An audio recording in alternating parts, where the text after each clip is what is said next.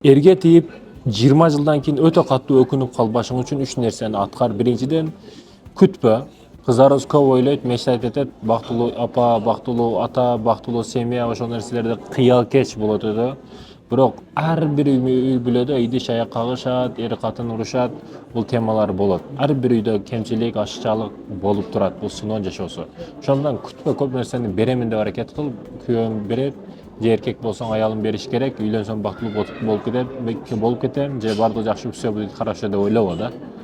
Жашоо орлошот, жеңилдешип калбайт. Да, бир жактуу караганда жеңилдешет, бирок ошого жараша кыйналасың, ачыгы. Бул биринчиден экен, Ал эми экинчиден, оңдоп аламын дебе, тарбиялап аламын дебе, оңолуп кетет деп күтпө. Кээ бирлер үйлөнгөндө ушундай жигиттер кыздарга не кылат? Тарбиялап аламын да, атасы тарбия берген кыз сен кантип тарбиялайсың? Жигит өзү тарбияга биз өзүбүз муктаж болсок, кантип тарбия беребиз? Өзүң айтсаң. Ошондуктан оңолуп кетет деп эме кылба. Азык абалы кандай? Ошондой ал. Эртеңки дагы ошондой, бүрскүн дагы ошондой. Бүгүн аракетчил, эртең көп нерсеге жетет. Бүгүн жөн эле жатакпы? Эртең эчтекке жетпейт. Бул ачык эле нерсе. Бүгүнкү аракетибиз эртеңки нерсе да. Будущий менен кыялданасың дейт. Будущий жок, эгер бүгүнүң жок болсо. Бүгүн аракет кыл, эртең будущиң болот. Ал эми үчүнчүдөн, биринчисине дедик, будущий, келечек. Тарбиялап алам дебе, күтүп жашаба. Кыздарыбыздын көбү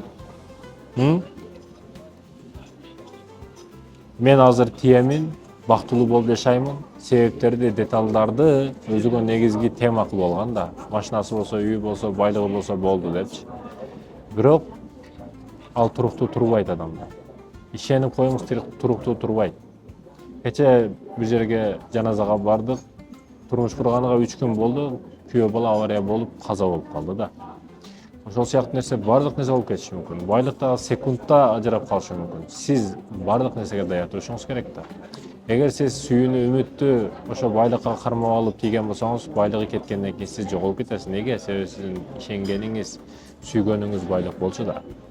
Эгерде ден соолугу үчүн фигурный алты пресси бар деп тийген болсоңуз, алты пресс эртең жоголуп кетет, сиз да жоголуп кетесиз да. Бул мүмкүн, андык эмес.